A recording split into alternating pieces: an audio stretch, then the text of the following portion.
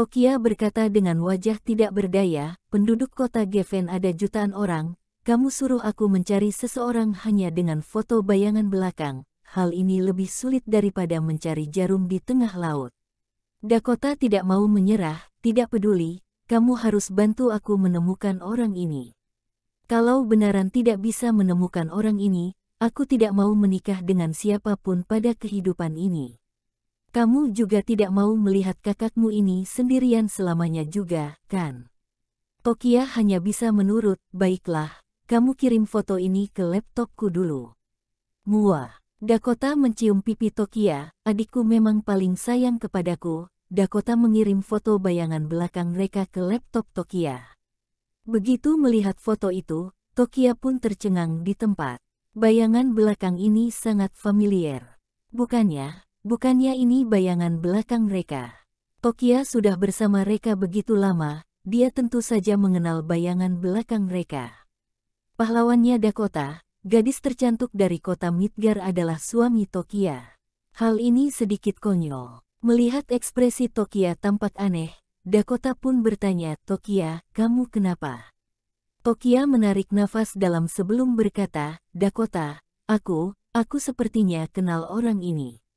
Apa? Dakota segera berdiri, bertanya dengan nada suara yang emosional, cepat beritahu aku orang ini siapa, segera bawa aku pergi cari orang ini. Aku mau tidur bersamanya malam ini. Tokia menarik nafas dalam, bayangan belakang kemungkinan besar adalah bayangan belakang suamiku, Reka, apa? Berita yang mengagetkan ini membuat Dakota jatuh duduk ke atas sofa, suamimu. Tidak mungkin. Kamu pasti salah lihat. Oh iya, Tokia, suamimu bekerja sebagai apa? Sampai dia sanggup menerima pemujaan dari ribuan tentara. Tokia menggelengkan kepala, dia bekerja sebagai bawahanku, meskipun kemampuannya sangat bagus, tapi tidak mencapai tingkat bisa menerima pemujaan ribuan tentara, haha. Dakota tertawa dengan terbahak-bahak, kekhawatiran sebelumnya menghilang semua, haha, sudah kubilang, kamu salah. Suamimu hanya seorang pekerja, beri dia 10 kali kehidupan pun dia tidak bisa mencapai tingkat seperti pahlawanku. Tokia berpikir sejenak sebelum berkata, iya, bisa jadi aku yang salah. Mereka cuman memiliki bayangan belakang yang mirip saja. Dakota tiba-tiba teringat dengan sesuatu dan berkata, Tokia, tadi kamu bilang, suamimu itu pekerja di bawahmu. Tokia mengangguk, iya, kenapa? Siapa tahu? Dakota langsung marah besar setelah mendengar jawaban Tokia, jadi pekerja di bawahmu, berkata lebih tepat sama saja kamu yang menghidupinya. Tokia, kamu terlalu kelewatan. Aku berharap banyak kepadamu, tapi kamu malah menikah dengan pria seperti itu. Kamu menyia-nyiakan harapanku kepadamu. Adik ipar aku tidak mungkin bisa berbanding dengan pahlawanku, tapi setidaknya dia harus bisa menghidupi kalian satu keluarga. Tapi sekarang malah kamu yang harus menghidupi dia. Aduh, benar-benar cerai, kalian harus cerai. Tokia segera menjelaskan, Dakota, sebenarnya dia tidak seperti yang kamu pikirkan, kemampuan dia lumayan bagus. Dakota, apa gunanya kalau kemampuan dia bagus? Hanya bisa buat kamu menikmati di atas tempat tidur. Abis turun dari tempat tidur, dia tetap harus mengandalkan kamu untuk menghidupinya. Tokia tidak tahu harus ketawa atau menangis. Sepertinya Dakota memiliki salah paham kepada kata kemampuan. Tokia, Dakota, kamu salah paham dengan maksudku. Sebenarnya pekerja juga ada bagi tingkat. Oh iya, Dakota, bukannya kamu sendiri juga seorang pekerja? Aku dengar kamu bisa menghidupi setengah dari seluruh keluargamu, bukan keluargamu yang menghidupi kamu. Reka juga begitu, Dakota, pekerja seperti dia mana bisa berbanding dengan pekerja seperti aku. Proyek yang aku bicarakan itu bernilai mulai dari miliar. Oh iya, apakah kamu tahu kota Midgar investasi 200 miliar di proyek pariwisata Desa Madrun? Baru-baru ini aku sedang bicarakan hal ini dengan pihak penyelenggara, seharusnya sudah bisa dapat kontrak bersamanya dalam waktu singkat. Apakah mereka juga bisa mendapatkan proyek 200 miliar? Tokia mengangguk, boleh proyek 200 miliar, bukannya itu hanya standarnya Reka saja. Sampingkan yang lain, bangunan gedung Tomota Group sekarang saja sudah bernilai 200 miliar. Sementara proyek Lovely City bernilai lebih dari 2 triliun. Aduh, kamu jangan memuji-muji dia lagi. Dakota jelas tidak percaya kata-kata Tokia. Dia menganggap Tokia hanya sedang berbicara untuk memihak Reka. Pada saat ini, pintu ruangan terbuka. Reka bergegas masuk. Tokia, aku pulang. Ketika Tokia melihat Reka, senyum bahagia muncul di wajahnya. Dia buru-buru menuangkan segelas air untuk Reka. Kamu pasti lelah, minumlah. Kenapa kamu pulang sampai selarut ini? Apakah orang tua Rat yang menjemputnya? Reka meminum setengah gelas air dalam satu tarikan napas dan berkata, tidak, mereka menolak untuk tinggal di kota. Tetapi aku sudah mengaturnya dengan baik agar mereka dapat menikmati sisa hidup mereka. Tokia mengangguk, bagus. Ngomong-ngomong, izinkan aku memperkenalkan kamu. Ini sepupu aku, Dakota. Dakota, ini suamiku, Reka. Reka dengan sopan mengulurkan tangannya, halo. Namun, Dakota hanya melirik Reka dan tidak membalas uluran tangannya.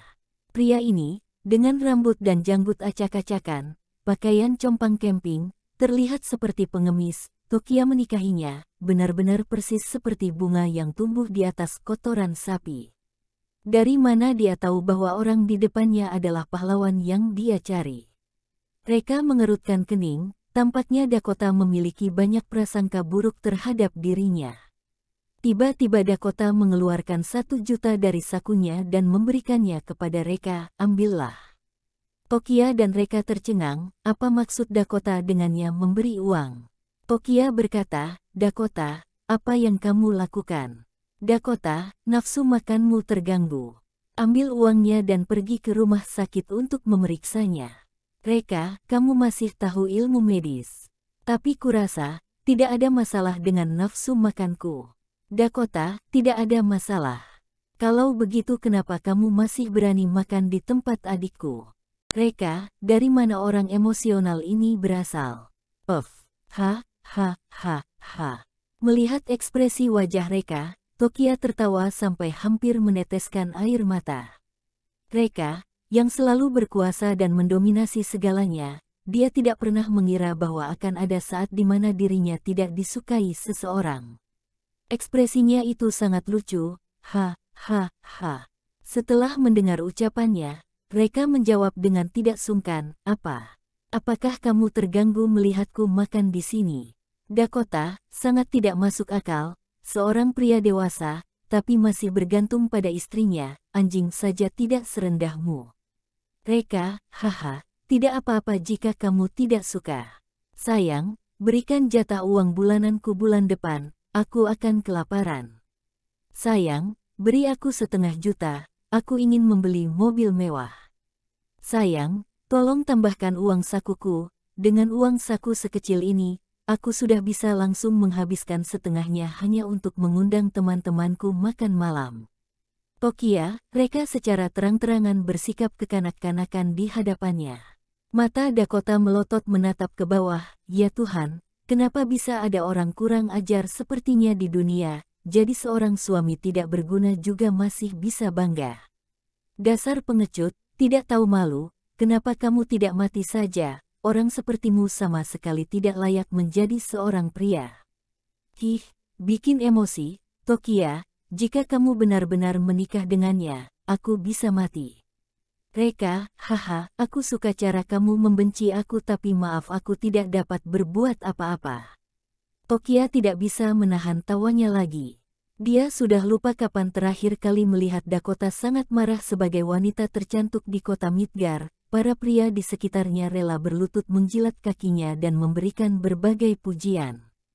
Reka diperkirakan menjadi orang pertama di dunia yang tidak memberikan kelembutan pada wanita. Melihat senyum Reka, Dakota benar-benar dipenuhi amarah. Dia langsung mengambil gelas air, dia ingin minum untuk meredakan amarahnya. Reka dengan cepat berkata, kamu tidak boleh minum. Dakota, diam. Semua aset di sini adalah milik Tokia, termasuk segelas air ini. Kamu hanya seorang suami rendahan tidak berguna, kamu tidak berhak untuk mengatur. Lalu, dia meminum air itu sampai habis. Reka, aku hanya ingin memberitahu kamu bahwa segelas air itu bekasku.